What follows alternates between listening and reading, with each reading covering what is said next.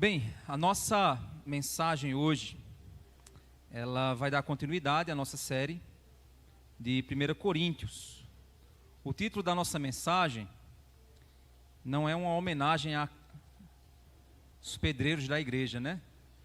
Mas eu tomei a liberdade de usar a figura da construção que Paulo usa para a gente pensar como é ser um sábio pedreiro ou servente na obra do Senhor. Vão ter pessoas que elas serão pedreiros, elas vão lançar fundamentos, elas vão iniciar trabalhos, elas vão definir processos.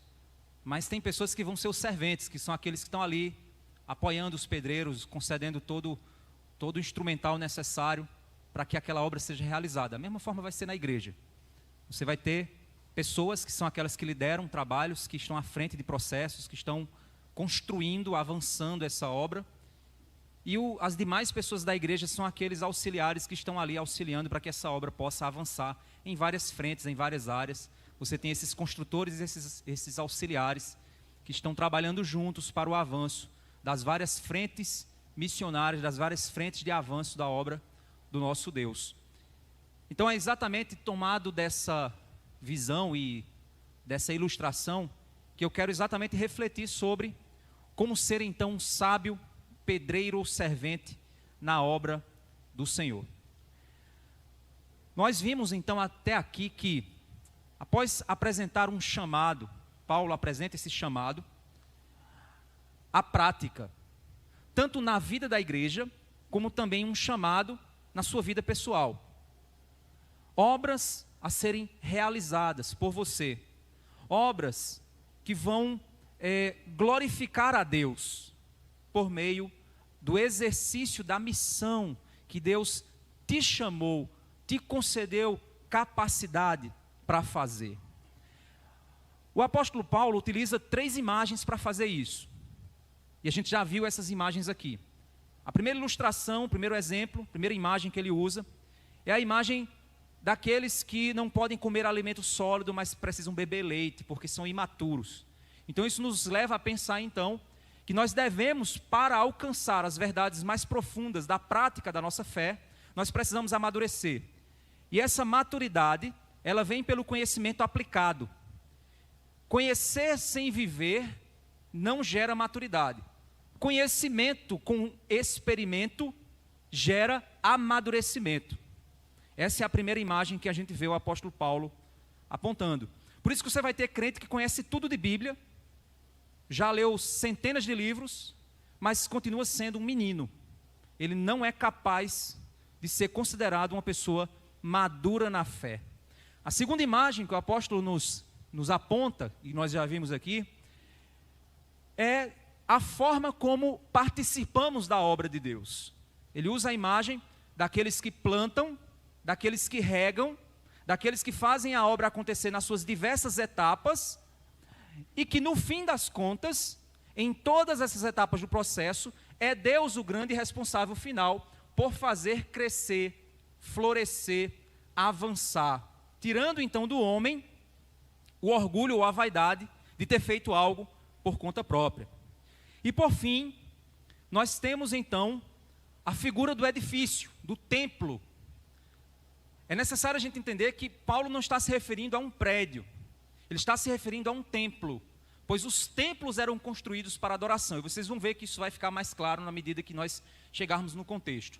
Ele fala sobre edificar, construir com materiais, e ele chama a atenção para os materiais que nós estamos usando nessa construção. Materiais inferiores, madeira, feno e palha, materiais mais preciosos, como ouro, pedras preciosas e prata. Sobre o fundamento da pessoa de Cristo, nós edificamos a obra de Deus, e ele então nos chama a atenção dizendo, cuidado com o que você faz a partir desse fundamento. Cuidado primeiro para você não estar fundamentando sobre outro fundamento que não é Cristo. E se você está fundamentando sobre Cristo, cuidado com o material que você está usando. E aí, nós temos 2 perguntas até aqui. E essas perguntas, elas relacionam então o entendimento que nós tivemos até aqui, de que esses materiais são os dons e talentos que Deus nos dá. E a gente viu na mensagem passada as parábolas dos talentos e essa perspectiva de galardões. que a gente fica muitas vezes tentando descobrir o que são os galardões para a gente poder ter motivo para trabalhar. Ah, o galardão lá do céu vai ser isso, vai ser aquilo outro. É como se fosse assim, não, eu preciso primeiro saber se o meu contratante vai me pagar o salário que eu quero ganhar. Só que o que nós vemos nas imagens dos galardões, não é te fazer entender o tipo monetário do galardão ou a classificação exata do que a gente vai fazer no céu, porque a Bíblia não é clara quanto a isso. Mas a gente vê que a maior preocupação nas parábolas e nos exemplos e no chamado ao trabalho por meio do incentivo dos galardões, é que os galardões eles nos conduzirão à alegria. Eles nos conduzirão ao prazer, ao gozo. Então a gente pode afirmar sem medo de errar que os galardões estão diretamente relacionados ao volume de alegria, ao volume de gozo, ao volume de prazer que nós teremos na eternidade, a partir das obras que nós realizamos nesse mundo. Tem essa relação direta. E é nessa perspectiva, então, que nós somos motivados a trabalhar. E Paulo, então, diz que ele lançou o fundamento de Cristo, e sobre esse fundamento nós edificamos com materiais dados por Deus, mas muitas vezes nós pegamos materiais que Deus não nos chamou para usar, madeira, feno e palha, mas nos chamou a usar ouro, prata e pedras preciosas. As duas perguntas que nós temos, então, são as seguintes. Por que isso é importante? Por que isso é importante, a gente pensar nisso?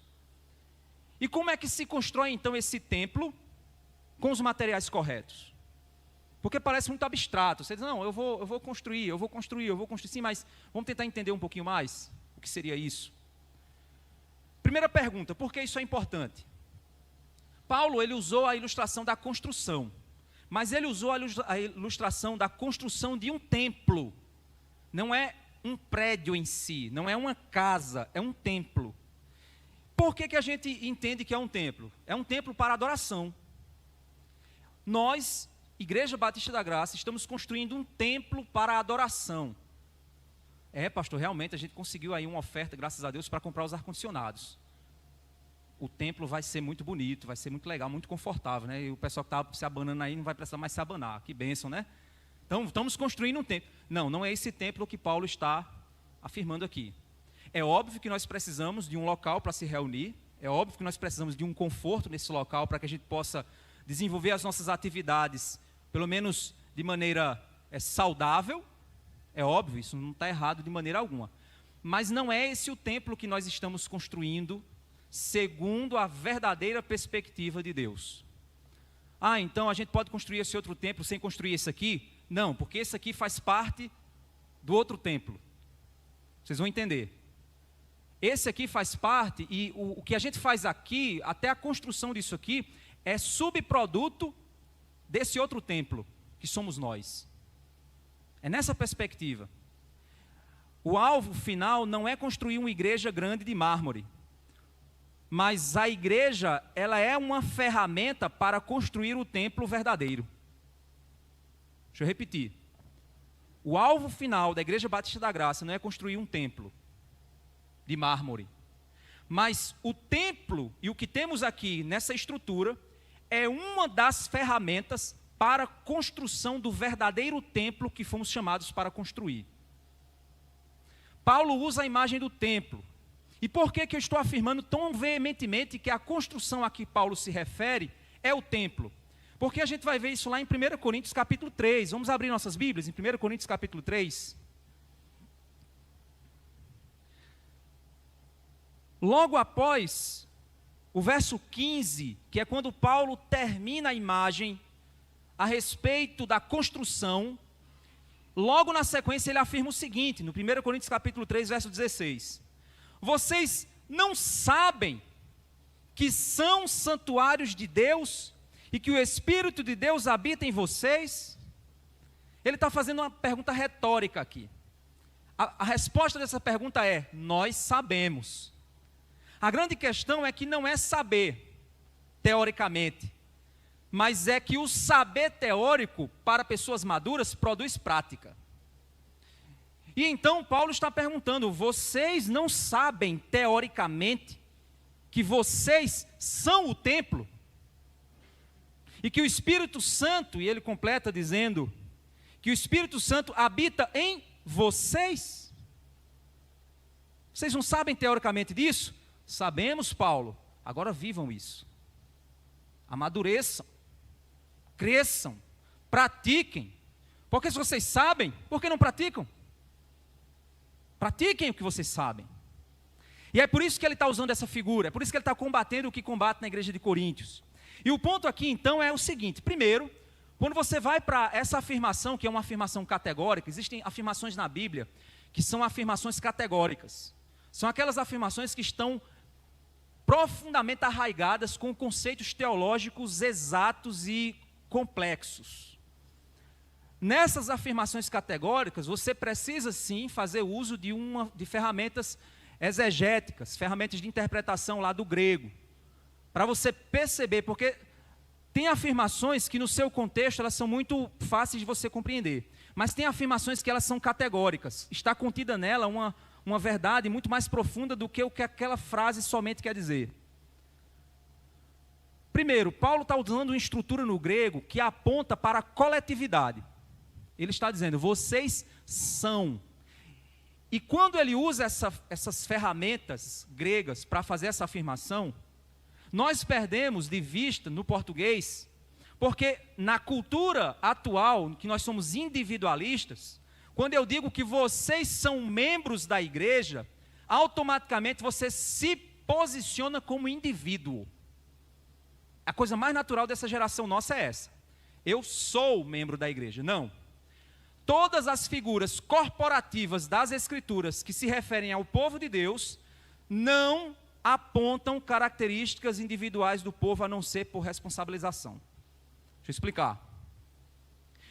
Quando você, na Bíblia, quer apontar para a responsabilidade pela escolha do indivíduo dentro da comunidade, os termos usados pelas Escrituras normalmente são: você é responsável, tome destino, tome atitude, você é responsável. Quando então refere-se à responsabilidade do povo de Deus, normalmente quando ele diz vocês, ele está coletivizando a figura. Então entenda o seguinte, pastor, você está essa conversa toda aí, por quê? Vamos lá. Vocês são o templo. Realmente, pastor, eu sou o templo. Não. Toda figura que se refere à habitação do Deus e o relacionamento desse Deus com um povo, todas as figuras nunca são eu. É sempre nós. Então assim, quando você se classifica como povo de Deus, quem é povo de Deus? Levanta a mão aí. Amém. Você vai ter que dizer assim: eu somos povo de Deus. Estranho isso, né? Eu somos. Mas essa é a figura. A professora de português aí doeu o ouvido dela, não foi, Anne? E agora? Chega. Mas essa é a figura. Nunca é eu. É sempre nós. Quando ele diz vocês são templo de Deus, e o Espírito de Deus habita, olha o que ele está dizendo, mais uma vez, vamos ler. Vocês não sabem que são santuário de Deus, e que o Espírito de Deus habita em vocês. O Espírito de Deus habita em você como indivíduo, porque o seu corpo pertence a Cristo, mas no âmbito igreja de Deus, no âmbito povo de Deus, ele habita em vocês, reunidos. Deus está aqui nessa noite, porque nós estamos reunidos em nome dele. Deus não está aqui por causa dessas paredes. Deus não está aqui por causa da estrutura que nós montamos ou desse endereço. Ele está aqui pois o seu povo está reunido no nome dele. Então ele está habitando entre nós nesse exato momento, em uma relação direta com o seu povo. Ficou claro isso? Certo. Agora vamos pensar o seguinte. Paulo, ele vai usar o seguinte termo: vocês são naós. Naós é uma palavra grega. Dá uma de inteligente aqui, né? Naós é uma palavra grega. Se refere ao lugar mais sagrado de um santuário. É o naos. É o lugar onde você oferece a um determinado Deus e faz o ritual mais sagrado a ser feito naquele lugar. Qualquer templo, qualquer Deus, qualquer lugar, qualquer templo de qualquer Deus, você vai ter um lugar que é o lugar mais sagrado do templo. Aquele lugar, a palavra grega para ele é naos. A palavra para templo, no contexto geral, quando se refere à estrutura, é hieros. Ou seja, esse endereço é o nosso hieros, e esse lugar é o nosso naos. Se eu for me referir à arquitetura do templo, certo? Eu fosse falar em grego aqui o nome dessa arquitetura. Ou seja, Paulo está dizendo que a igreja reunida não é um encontro social de pessoas que pensam de forma parecida. Não é um encontro social de pessoas que pensam de forma parecida. Esse povo, quando se reúne, vou repetir, esse povo, quando se reúne para adorar, eles se tornam o santuário onde Deus revela sua santa presença. O corpo da igreja é o lugar de habitação de Deus. Se a gente sair daqui, Deus deixa de habitar nesse lugar. Onde você se reunir como Igreja Batista da Graça, Deus habitará naquele lugar ali, por causa do povo que está lá. Juntos em unidade e amor, os cristãos são o lugar santo onde o Espírito Santo revela a sua presença e o seu poder. Uma igreja, quanto mais unida em amor, o poder de Deus se revelará em seu meio. Uma igreja, esse corpo social, quanto mais desunido, fofoqueiro, impuro de pecados e outras coisas que desunem o povo, desligam o povo, particionam o povo, este lugar deixa de ser habitação, pois está sendo destruído, pois Deus não se revela ali.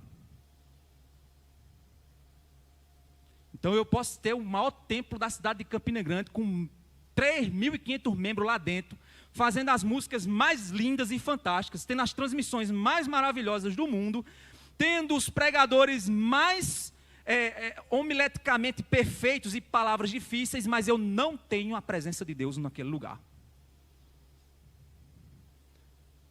Isso é sério, viu? Tem muita igreja por aí que não é igreja. É ajuntamento social. Não é igreja de Cristo. É algo muito sério, irmãos. O que você é, meu irmão, nessa igreja? Invejoso? Fofoqueiro? Orgulhoso? Faccioso? Vive uma vida de impureza, uma vida dupla? O que sua presença aqui nessa igreja tem produzido para a construção do verdadeiro templo, que é a unidade e edificação em amor do povo de Deus? Eu dou o dízimo. É? Só isso? Tu compra teu dom, é? E os teus relacionamentos com o povo? Porque o teu crescimento e a presença de Deus na tua vida vai passar também por essa participação. Eu reencontrei uma pessoa, amigo, de longa data, e perguntei onde é que a pessoa estava. A pessoa está aqui em Campina Grande, numa igreja grande. Rapaz, por que está numa igreja grande? Não, porque o pessoal não fica enchendo o saco. Foi essa a resposta dele. Ele está numa igreja grande para o pessoal não encher o saco dele. Ou seja, ele entra na igreja, senta, ouve uma boa pregação, acha que deu o dízimo, ficou muito bem com Deus. Ou seja, ele é um cristão individual, ele é um templo de um homem só. Ele entra, ouve, recebe o produto que ele está pagando e ele vai embora para casa. Isso não tem nada a ver com o Evangelho de Cristo nem a igreja de Jesus. E tem muita gente morrendo espiritualmente, dia após dia, porque ela está desconectada do naos de Deus. Eita, faz muitos anos que o cabo fica adorando do lado de fora do templo. Porque o lado de dentro do templo só está naqueles que participam dessa presença, que trabalham por essa presença. Pois é por isso, meus irmãos, que Paulo responde o verso de uma maneira muito dura. Paulo fala dos crentes anti-evangelho. Tem crente que é pró-evangelho, mas tem crente que dentro da igreja ele é um crente anti-evangelho. Enquanto tem pessoas trabalhando para produzir a igreja, unir as pessoas e edificar o corpo, tem outros que estão trabalhando para desunir as pessoas, desedificar o corpo, destruir a vida dos outros. São crentes anti-evangelhos, são vilões dentro da igreja. É o câncer que precisa ser expurgado, se não se converter. E aí, Paulo diz o quê? Ah, pastor, você está sendo muito duro na sua fala. A mensagem já começou assim, que coisa, rapaz. Mas olha só o que é que Paulo vai dizer. Olha o verso 17. Se alguém destruir o santuário, se alguém destrói o naós de Deus, Deus o destruirá. Porque o santuário de Deus, o naós de Deus, que são vocês reunidos em amor para me cultuar, Deus diz, são santos. Não toque na minha noiva, porque o bicho vai pegar para o teu lado. E tem crente que brinca com isso. Pastor, você está me julgando? Quem me julga é Deus. Tu não tem medo disso, não? Eu prefiro que eu lhe julgue, meu irmão, no lugar de Deus. Prefira isso. Porque o meu juízo vai ser falho, vai ser fraco. A única coisa que eu posso dizer é dar uns gritos em você. Mas Deus não. Deus lhe destrói. Não existe evangelho individual. Não existe cristianismo individual. Não existe vida espiritual cristã desconectada de um corpo, de um povo, de uma comunidade, de um naós. Não existe. Por isso que tem crente por aí que nunca cresce, nunca amadurece, nunca avança. Porque ele não está no santo dos santos. Santo dos santos, a fumaça, e o cabo vai lá para a igreja canta, e o cabo, estou no santo dos santos. Tá não, meu irmão, tu está fora do templo, longe, adorando sozinho lá, isolado dentro do mato. Porque a presença de Deus não é esse lugar geográfico, mas esse povo. É a vida desse povo, é vida na vida, isso é o lugar. Isso muda muita coisa, gente, para a perspectiva mundana e egoísta dessa geração. Estou a fim de ir para a igreja hoje, não. Você já está fora dela há muitos dias. Estou a fim de ir para o culto hoje, não. Vou para a praia. Estou falando de você tirar férias com sua família e viajar, não. Tire férias, descanse e adore a Deus. Mas eu estou falando da viajolatria. Estou falando da agenda, muitas vezes, cheia de eventos no domingo. Entenda uma coisa, viu, gente? Cada evento desse que as pessoas fazem aí nos domingos é o culto deles, viu? E às vezes você troca esse culto ao Rei Eterno, Imortal, Invisível, mais real, pelo que está lá. Pelo chá de não sei o que lá, pelo aniversário de não sei quem. Você está trocando. É um culto que você está fazendo. Com os membros daquela igrejinha que você montou. Com aquele naós meio estranho ali, aquele ajuntamento. É o que você está fazendo. Você está trocando. Então não me venha depois dizer que você é espiritual, que as lágrimas dela, ai Deus, eu te amo. Não, você não ama. Limpe a sua boca. Você não ama a Deus. Sabe por quê? Porque quando Deus chama para a presença dele, você não quer. Porque Deus não é o rei. Ele é o teu servo. E ele te dá quando você quiser. Imagina tu trabalhar numa empresa em que o teu empregador pede para tu fazer uma coisa e tu diz, não, eu vou ali fazer outra coisa, daqui a pouco eu venho aí. Que tipo de empregado é esse? Que tipo de servo é esse que o Senhor pede e ele não faz? Mas esse é o tipo de crente que a gente tem hoje. Mas deixa eu dizer uma coisa para você. Está longe do naós. Está desconectado. E não é assim. E por isso que Deus tem destruído muita gente. Que tem até a carteirazinha de membro. Posta até nas redes sociais que é uma bênção. É a coisa mais linda do mundo. Mas não está no santo dos santos. Porque os crentes que estão no santo dos santos, eles crescem, amadurecem, avançam. E você vê profundidade na vida dessas pessoas. Você vê vida. Vida, vida e vida. Você não vê um zumbi que está só sobrevivendo semana após semana no seu trabalho, na sua faculdade, na sua vida pessoal, são zumbis. Estão só vivendo na sobrevivência. Mas o crente que está aos pés do Senhor, servindo a sua comunidade, amando os seus irmãos, lendo a palavra, vivendo uma vida devocional, buscando a Deus em oração, buscando servir a Deus, pregando o Evangelho, essas pessoas estão crescendo, crescendo e crescendo, e se tornando mais belas, e mais belas, e mais belas, e mais sábias, mais maduras, e esses são aqueles que os homens desprezam. Leia Hebreus 11. Homens e mulheres, de que o mundo não era digno deles. É sobre isso que Paulo vai falar aqui, meus irmãos. Eu não estou aqui apontando para você porque eu estou simplesmente querendo desabafar. É o que a mensagem do texto vai nos ensinar hoje. Mas eu louvo a Deus porque realmente é um desabafo pastoral também com a Bíblia. Porque essa é a realidade de muitas igrejas na cidade de Campina Grande. E eu não quero que essa seja a nossa realidade. Eu não quero que essa seja a nossa realidade. Por isso, meu irmão, vá no material de construção correto, comprar os materiais necessários ao seu dom, para construir o naós, que somos nós, edificados pelo teu dom, que Deus te deu. Olha o 3, 18 a 22, no contexto, olha só, que ele diz: que ninguém engane a si mesmo. Se algum de vocês pensa que é sábio neste mundo, ou seja, se você está querendo ser alguma coisa nesse mundo, torne-se louco para esse mundo, para ser sábio de verdade. Porque a sabedoria deste mundo é loucura diante de Deus, pois está escrito: ele apanha os sábios à sua própria astúcia.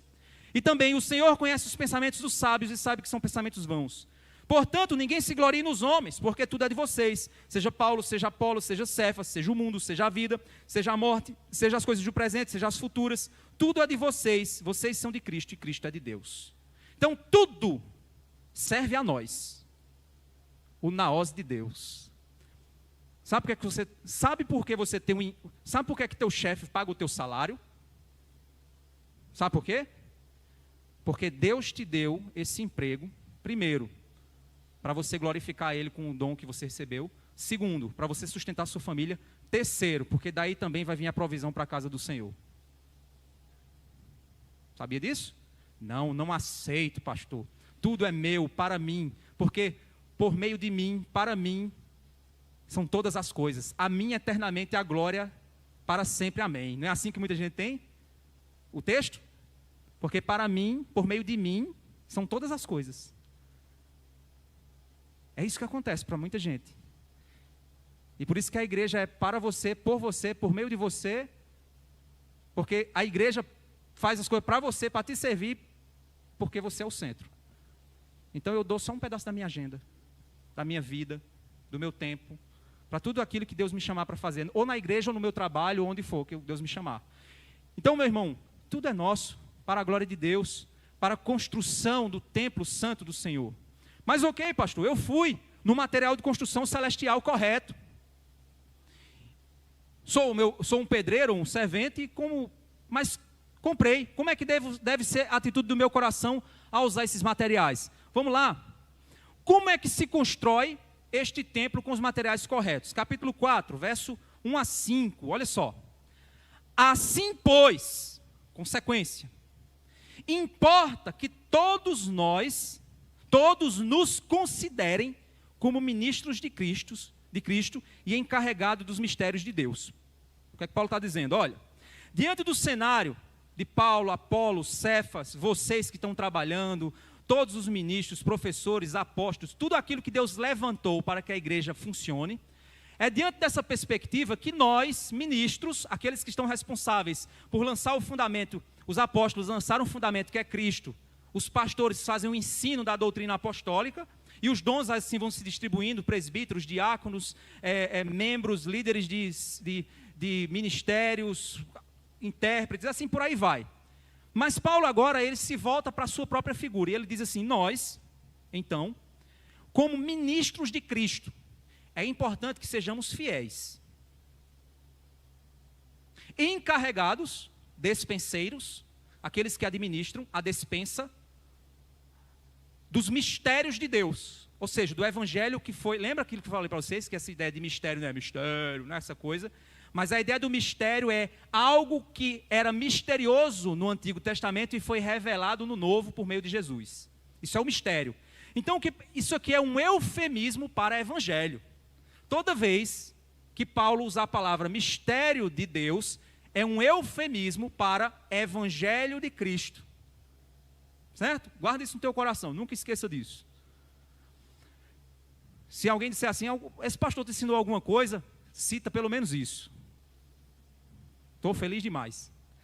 Aí você vai lá e ele diz, é necessário que sejamos fiéis. Nós ministros ou apóstolos, sejamos fiéis. Verso 2. Ora, além disso, o que se requer destes encarregados, ou seja, desses ministros que são fiéis, é que cada um deles seja encontrado fiel. Está só reforçando a ideia. Cada um seja encontrado, ou seja, lembra a imagem contida aqui, é aquela imagem da parábola, onde o Senhor volta para prestar contas com os servos e encontra cada um dos servos com o devido resultado. Então ele está dizendo, é necessário que cada um desses despenseiros seja encontrado fiel pelo seu Senhor. O seu Senhor vá prestar contas com ele e veja a fidelidade. Verso 3. Mas a mim pouco importa ser julgado por vocês, ou por um tribunal humano. Vamos lá. Essa lógica aqui, a gente vai ter que ter bem um certo cuidado. Paulo está dizendo o seguinte, olha, não importa para mim ser julgado por homens. O que Paulo está dizendo aqui é o seguinte, gente. Ele não está dizendo aí, estou nem aí para a sua opinião. É óbvio que ele não está dizendo isso. Mas ele está dizendo o seguinte, haverá juízo, haverá contagem, haverá avaliação. Os seres humanos, eles têm a capacidade de avaliar, sim. Todo mundo aqui me avalia e avalia o meu trabalho aqui na igreja. A coisa mais natural do mundo. Cada um exerce um juízo de valor diante do meu ministério. Esse pastor não faz apelo no final, devia fazer mais apelo. Esse pastor, ele prega de maneira muito bruta, ignorante. Você faz o seu, esse aí fala o que tem que ser dito. Vocês estão fazendo aí juízo de valor o tempo todo diante do meu ministério. O que Paulo está dizendo é o seguinte, é natural que isso aconteça. Mas eu não estou preocupado com essa avaliação. Não estou preocupado com essa avaliação. Você diz, então ele não está nem aí. Não, ele está comparando dois tipos de avaliação. Primeiro, a avaliação dos homens. E segundo, olha só. Nem eu julgo a mim mesmo. Você estava pensando que ele estava falando de Deus agora, né? Ele estava falando dele. Aí agora ele tem um tribunal interno chamado consciência. Todos nós temos um tribunal interno chamado consciência. Alguns a consciência está mais cauterizada. Outros a consciência está mais sensível. Outros a consciência está muito dura. Outros a consciência é muito burra mesmo. Ela não sabe de nada de Bíblia. Mas de alguma forma tem um tribunal dentro de nós. E esse tribunal nos julga, avalia. Esse tribunal tem certeza do que você fez no verão passado. É o nome do filme, né? Tem certeza daquilo que você fez escondido hoje, sem ninguém ver. O teu tribunal pessoal já fez a sua avaliação e faz constantemente ela. Tem gente que aperta o mute, né? Na consciência. Mute. Para a consciência, cala a tua boca. E vai fazendo as coisas como se nada tivesse acontecendo. Mas tem gente que não. Paulo, ele não mutou a consciência dele. Mas ele está dizendo o seguinte, olha, de acordo com a minha consciência, eu faço uma avaliação, dentro dessa perspectiva ministerial e da fidelidade na pregação e na minha missão, eu também faço juízo de mim. Mas o meu juízo de mim também, eu não me preocupo com ele. Tem gente que se preocupa exacerbadamente com o próprio juízo. E fica, não, mas é porque eu, mas é porque eu, mas é porque eu. Aí fica na comiseração. Mas é porque eu, mas é porque... Paulo está dizendo, olha, eu me julgo também, às vezes certo, às vezes errado, às vezes eu ignoro, às vezes não. Mas é o seguinte, esse juízo também não me preocupa. Aí ele continua, vamos lá. Verso 4. Porque a nossa consciência Porque a consciência não me acusa de nada. Quanto à fidelidade, ele está falando isso, ele está falando que é perfeito nem santo, ele está falando a respeito do ministério dele. A minha consciência não me acusa de nada. Mas nem por isso me dou por justificado. Pois quem me julga é o Senhor. Olha só o que foi que ele disse. Ele disse o seguinte, olha, eu não consigo lembrar de algum ato de infidelidade minha no ministério. Mas nem por causa disso eu acho que eu estou certo. Porque com certeza tem coisa que eu ignorei, que eu cauterizei minha consciência, que eu incapacitei o meu julgamento próprio, que eu estou me achando santo demais, perfeito demais, justo demais. Então, por mais que eu afie a minha consciência, capacite a minha consciência de julgar os meus atos por meio da palavra, de fazer o auto-julgamento, e eu tento, e eu então faço a avaliação e percebo que eu estou caminhando bem, graças a Deus. Mas não é por causa disso que eu acho que eu sou santo. Porque com certeza deva ter coisas que eu não estou percebendo na minha vida e no meu ministério. Sabe por quê? Porque no fim de tudo, o verdadeiro juízo e o verdadeiro julgamento vem do Senhor. Então olha só, Paulo está dizendo o seguinte, tem gente que faz, ninguém pode me julgar, só quem pode me julgar é Deus. Poxa, meu irmão, deixa as pessoas sábias te julgarem, deixa as pessoas santas te julgarem, para te ajudar, para chegar para você e dizer, meu irmão, corrige tua vida, biblicamente isso está errado, porque no momento que você assumir a postura de, ninguém pode me julgar, só Deus, tu está frito, porque quando Deus vier, o bicho vai pegar. E aí o que Paulo está ensinando diante disso? Ele está ensinando o seguinte, olha só, verso 5. Portanto, não julguem nada antes do tempo, até que venha o Senhor, o qual não somente trará à plena luz as coisas ocultas nas trevas, mas também manifestará os desígnios dos corações. E então cada um receberá o louvor da parte de Deus. O que é que Paulo o que é que ele está ensinando aqui? Que existe um tipo de juízo errado. É o meu juízo absoluto. É quando eu julgo achando que eu sou Deus. Quando eu julgo achando que eu sei toda a verdade. E aí eu condeno as pessoas com base em um juízo falho humano. Esse é o ponto. Então ele está dizendo, cuidado com isso. Não é que a Bíblia não está dizendo que você não deva julgar. Quando você vê uma coisa errada, diga que é errado. Entenda que é errado. Jesus disse, julguei segundo a reta justiça. Então julgar não é errado. O problema é você achar que você é Deus. O problema é você achar que a opção e a observação que você tem é perfeita. E aí, a partir disso, você então faz um juízo, faz uma avaliação e diz assim, está errado, eu vou por esse caminho e esse cabra se arrebente. Deus ainda continua operando. Deus ainda continua trabalhando. Deus ainda continua fazendo a obra. Então não julgue antes do tempo, até que venha o Senhor e faça isso. Porque quando Ele fizer, é absoluto, é certeiro. Ele vai trazer à luz as obras das trevas. Não só naquele dia, mas às vezes até hoje. Pode ter gente aqui dentro sustentando uma máscara de hipocrisia. Parecendo ser santo e não é. Parecendo ser bonzinho, amoroso e tudo, e não é de verdade. Mas você que está sustentando uma máscara, que está aqui dentro da Batista da Graça, se prepara. Deus vai trazer à luz a tua hipocrisia. E quando Ele fizer isso, não vai ter mais escapatória para você. Você vai tentar se esconder aqui, ali, correr para cá, correr para lá, mudar até de igreja. Mas a tua hipocrisia foi manifestada. Então é melhor, antes que isso aconteça, é melhor você se consertar. Então não julgamos nada antes da hora, mas Deus está observando. É diante dessa perspectiva então, que o ministro fiel não se preocupa com o juízo dos homens, mas o de Deus, que um dia trará tudo à luz e concederá a devida recompensa a cada um. É por isso que devemos ser cautelosos quanto ao nosso juízo.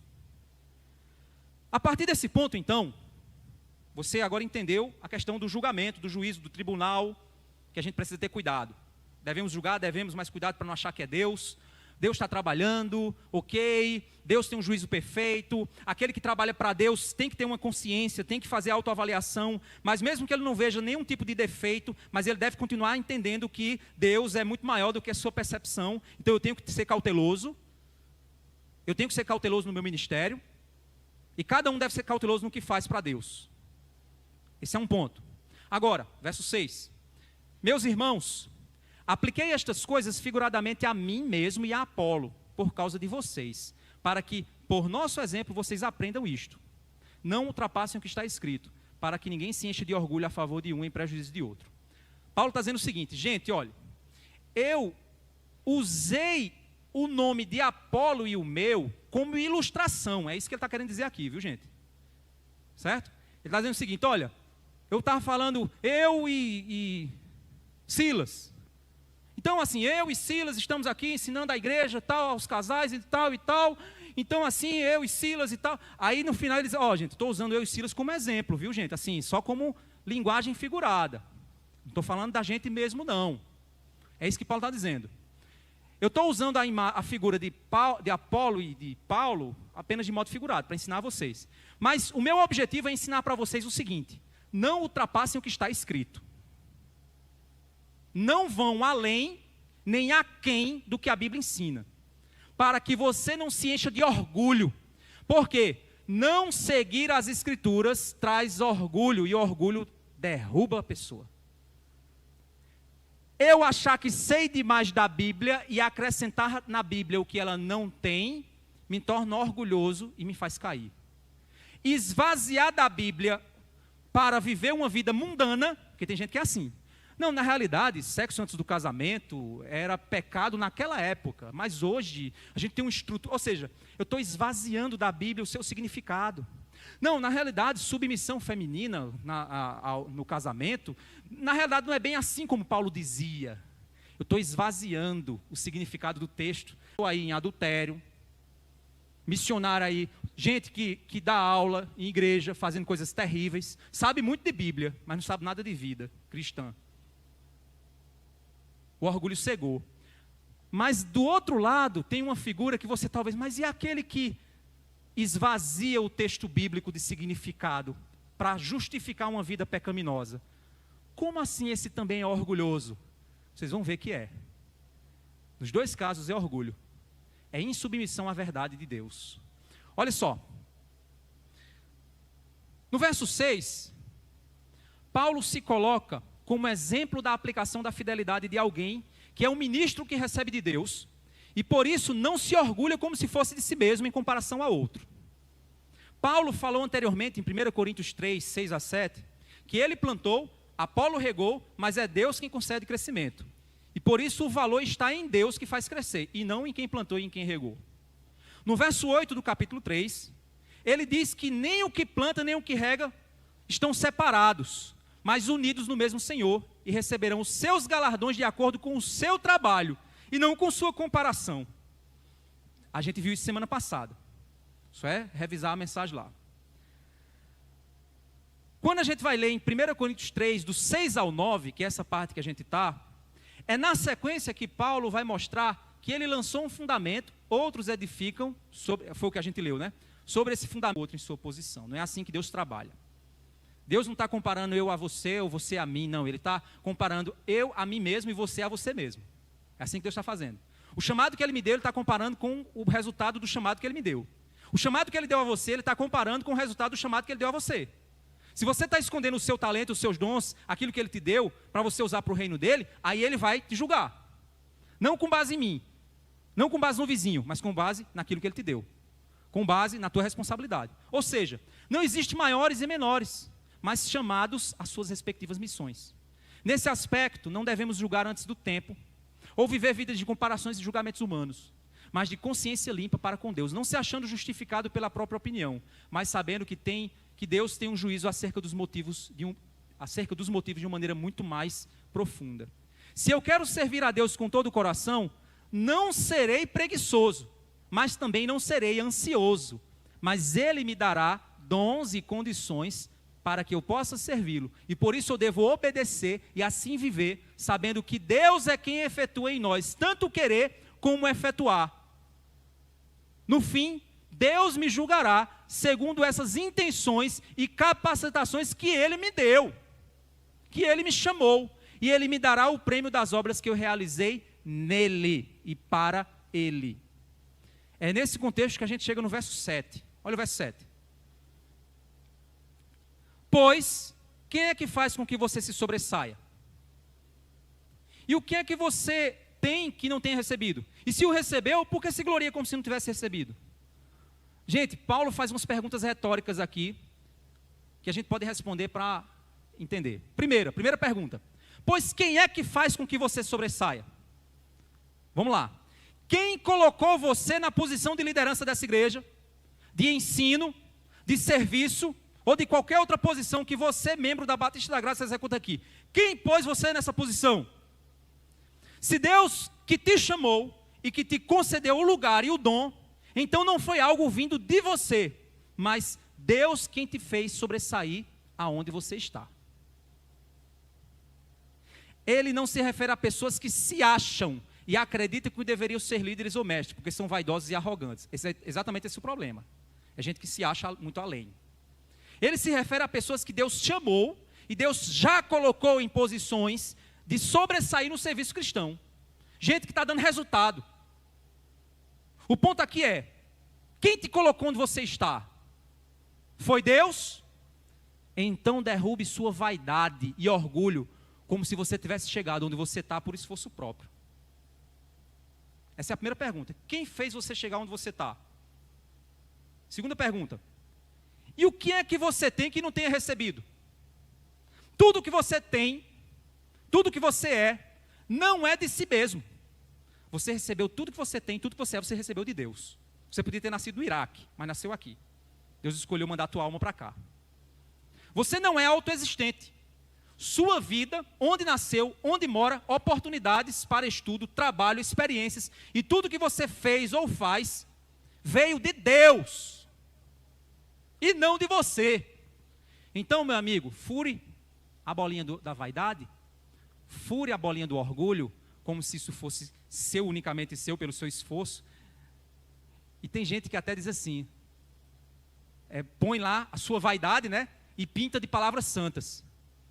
Quais são as palavras santas que a gente pinta? Lá tem vaidadezinho, tem orgulhozinho no meio. Ninguém vem me enganar e dizer, não, foi Deus. Isso tudo foi Deus. Não é assim? Está uma vaidadezinha, está o orgulhozinho lá embaixo, dizendo assim, fui eu que sou santo, que sou bom, que sou esforçado, que sou guerreiro, que sou lutador. Então tudo isso foi Deus que me deu. Da boca para fora. Porque a vida não reflete isso. A santidade, a humildade não reflete isso. As atitudes não refletem isso. Então, meu amigo, sabe qual você é? Orgulhoso. É o pecado de Satanás. Vaidade. Lá naquele filme, né, um filme pesado, mas é um filme muito bem escrito. Advogado do Diabo. O autor principal, que eu esqueci o nome, né? Al Pacino. Ele diz assim, ele é o diabo, né? Aí o cara vai e fala sobre o orgulho, a vaidade. Aí ele diz, o orgulho é o meu pecado favorito. É verdade. É o pecado favorito. E aí olha o que é que ele diz. E se o recebeu, por que se gloria como se não tivesse recebido? Olha só. Se não é algo que vem de você mesmo, mas alguém te deu, por que é que você se gloria como fosse algo próprio? Tudo não passa da bondade e graça de Deus. Sua inteligência não é sua, foi presente. Suas oportunidades não são suas, mas são portas que Deus abriu. Se não fosse Deus, você não seria quem você é e faz o que você faz. Então derrube o seu orgulho, meu irmão. Agora, vamos lá. Leva isso para o que você faz na igreja ou na sua vida pessoal. Tudo que você é e faz vem de Deus. Então não venha se achar aqui, pois você é apenas um recipiente da bondade e da graça dele. Você é um vaso de barro que tem algo precioso dentro de você, o Espírito Santo de Deus, a graça divina que te protege e te guia. Não faz nenhum sentido o orgulho dentro da igreja, ou a vaidade de se achar um ser humano maior que os outros no seu ambiente de trabalho ou na vida comum. Nesse contexto, Paulo está aplicando à igreja, onde os que se sentiam mais instruídos ou mais inteligentes achavam que eram assim porque eram melhores.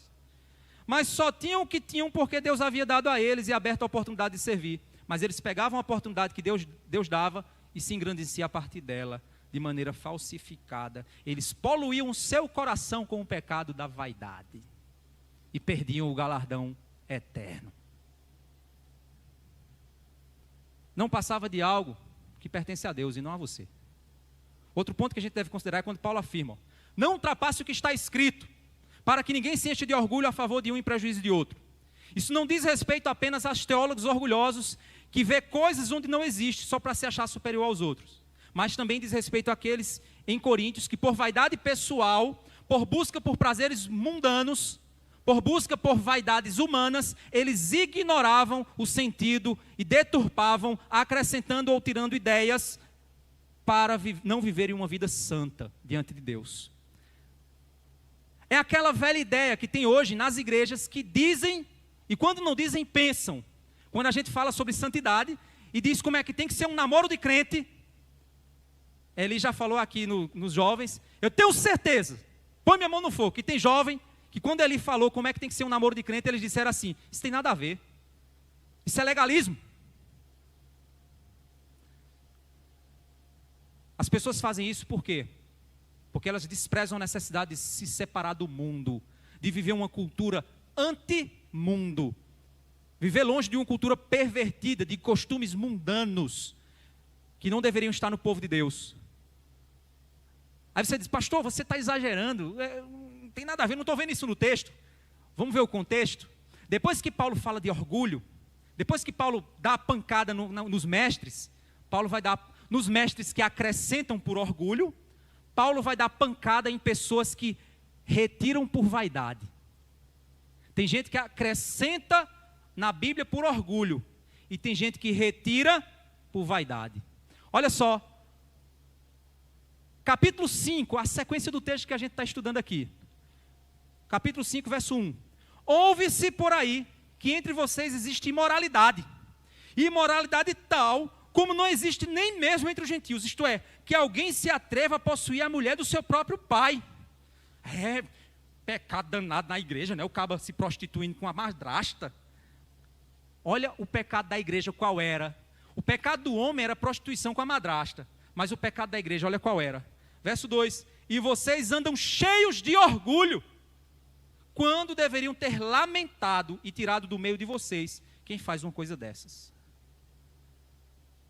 A igreja ignorava o pecado porque ela era uma igreja vaidosa, arrogante. Gente arrogante ignora o próprio pecado. Gente arrogante quer aplausos.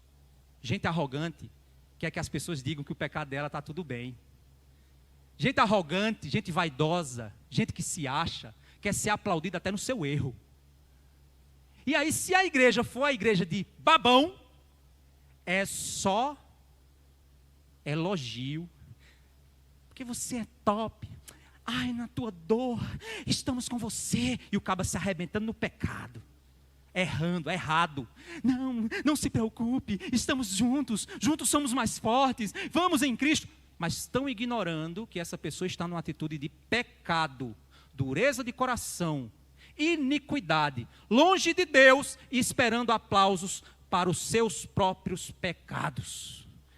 Era isso que acontecia. Esse jovem estava dentro da igreja, todo mundo sabia que o cara estava tendo um caso com a madrasta, mas a igreja passava o pano, porque eu amo o meu irmão. Então nós temos pessoas que acrescentam coisas à Bíblia para ser o cabeção da teologia, e tem gente que tira coisas da Bíblia para ser o gostosão da teologia. Então tem gente que quer ser o top do conhecimento, e tem gente que quer ser o top da perversão. E dizer que, top, vamos ali para o Parque do Povo agora em junho? Tem nada a ver esse negócio, é cultura. Não é assim, né? É cultura. Vamos lá para a gente evangelizar. Não, eu vou lá, pastor, para mostrar para os meus filhos a cultura nordestina. Tem nada a ver com cultura. Vai no interior para mostrar cultura. Vai para a casa da tua avó, vai fazer canjica, vai comer comida de milho para tu ver o que é cultura. Mas ir assistir Roberta Miranda cantando no Parque do Povo não é cultura paraibana. Alok. Não, mas a gente traz o Dave Leonardo para fazer uma coisa mais legal. Coisa de crente. Uma vez a pessoa perguntou: pastor, convém dizer quem? Se a gente convidasse você para levar uma mensagem. Eu digo, vocês não iam gostar da mensagem que eu ia levar dentro do Parque do Povo. Vocês não iam gostar. Como assim? Eu ia dizer primeiro que todo mundo estava ali para uma festa da carne, estavam em pecado e iriam para o inferno. E que se não se convertessem a Jesus Cristo, iriam todos. E que tinham pessoas ali dentro que eram crentes que estavam afastados do Evangelho e que precisavam voltar para Jesus.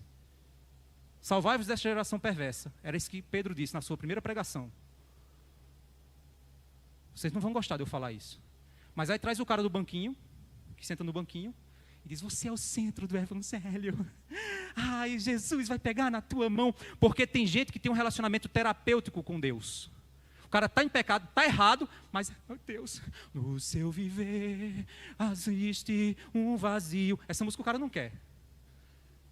Eu esqueci o nome da cantora, mas é uma cantora antiga, viu? Eu sou do antigo. Denise, isso mesmo, Denise. Não, quer o quê? Foi Deus, sei o que lá. Como é? A tua vitória tem sabor de mel. Acaba no erro lá, a vitória tem sabor de mel. Aquela música de que foi Deus, tudo é Deus, é para Deus, é por Deus. Não é, tua vida está errada. O que tu está fazendo não é para Deus, não, é para o teu próprio ego, para a tua própria vaidade, para o teu próprio orgulho, para o teu próprio pecado.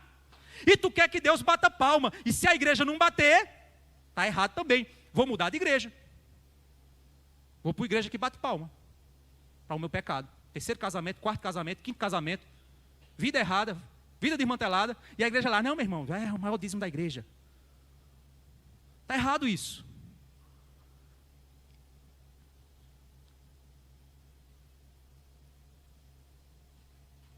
A pior coisa, irmão, sabe o que é? Não é a gente saber que o mundo nos despreza. Porque o mundo nos despreza. O pior é a gente saber quando dentro da igreja outros crentes nos desprezam por buscar a santidade. Isso dói. Aquele irmão ali é legalista. É assim, essa é a conversa. O cabo quer viver um relacionamento santo com a namorada, é legalista. Não é bem assim, aquele pastor está exagerando. Vou para a night, vou para todo lugar, sentar na roda dos escarnecedores, me deter no caminho dos pecadores. Não tem problema nenhum.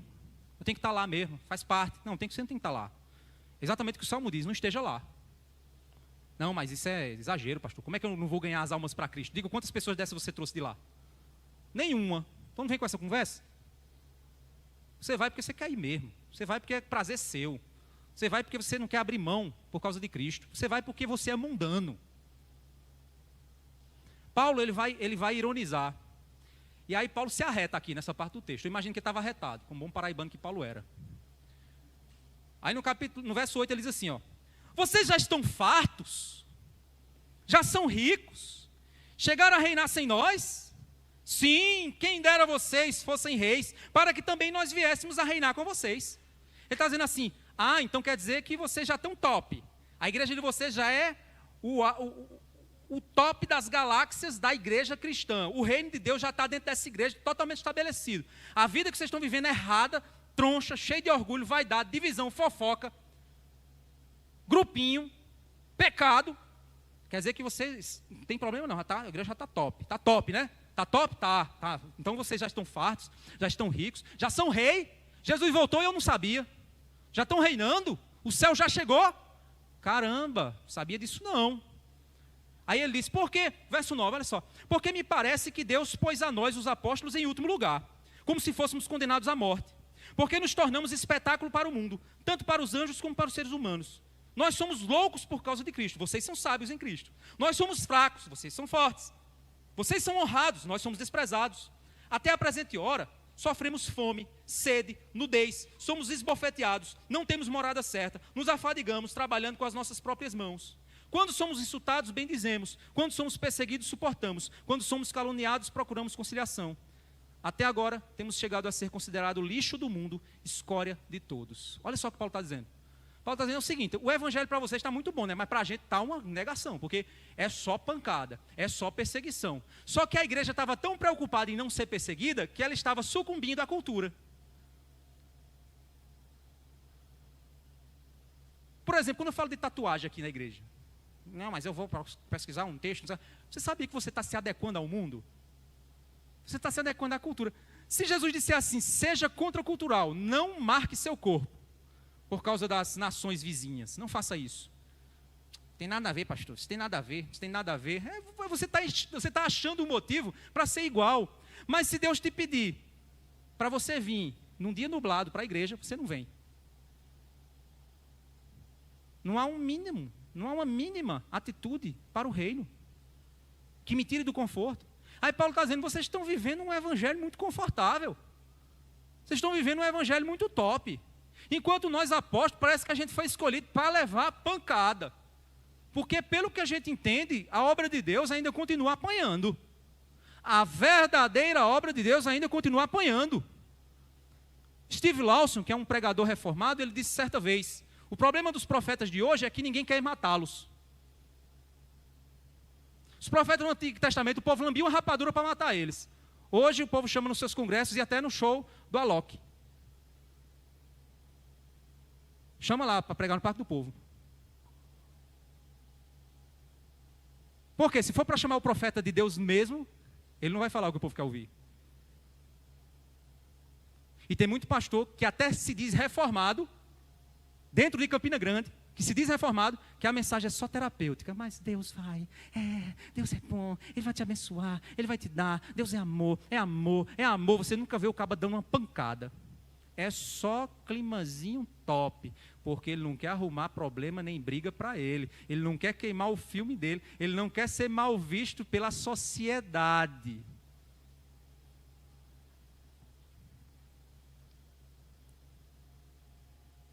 Paulo então vai explicar por que é que ele faz isso.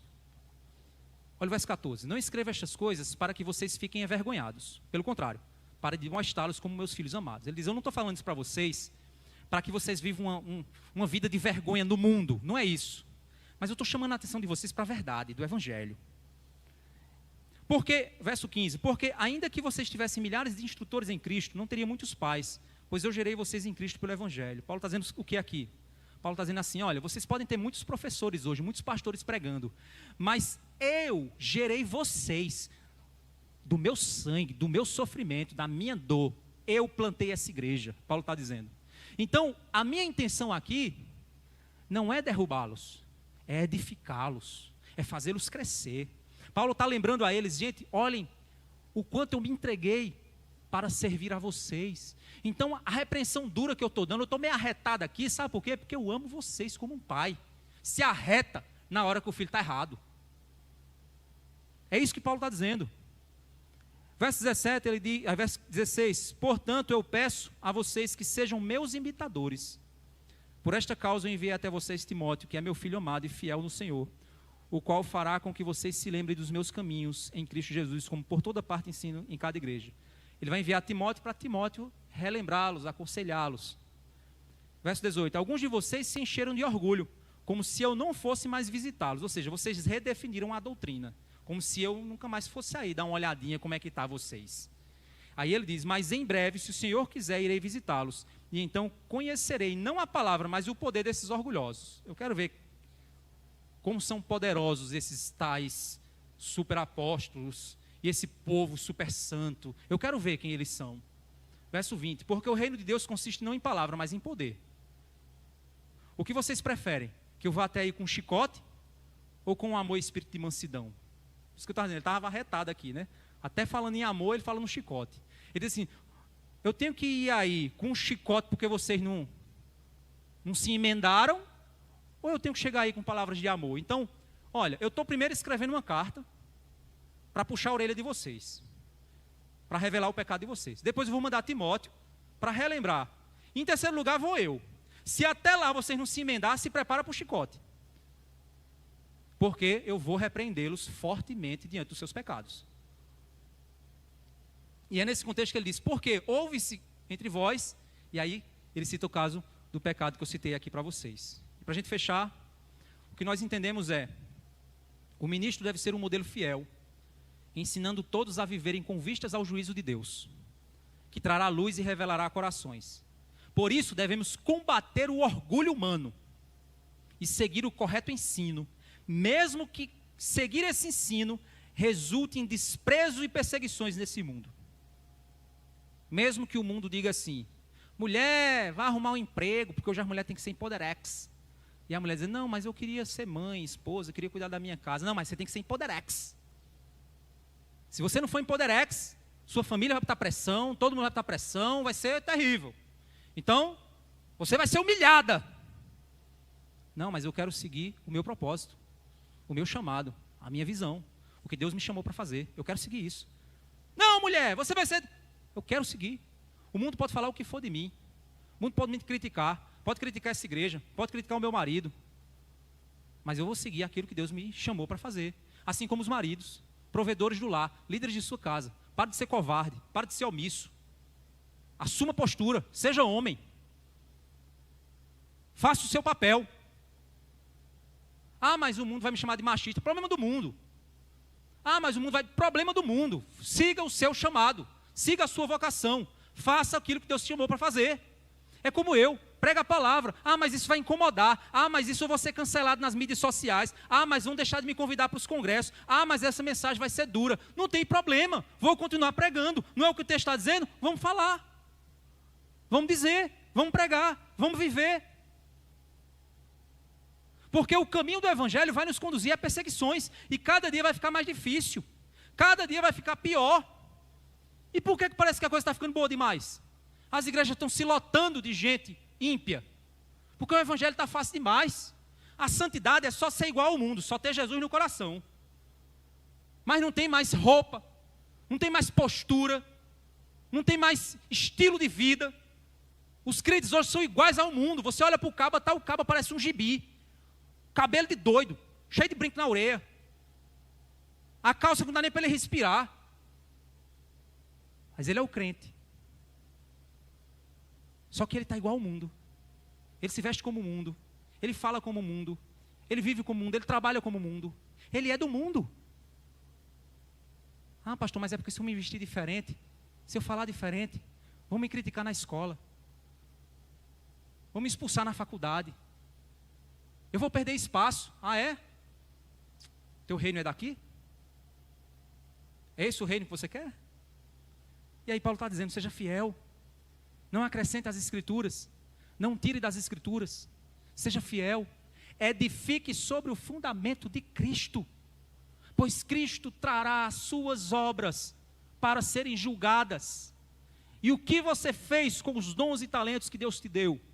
Viveu para agradar o mundo? Para ser sucesso no mundo? Ou viveu para agradar a Deus e para na eternidade receber o galardão?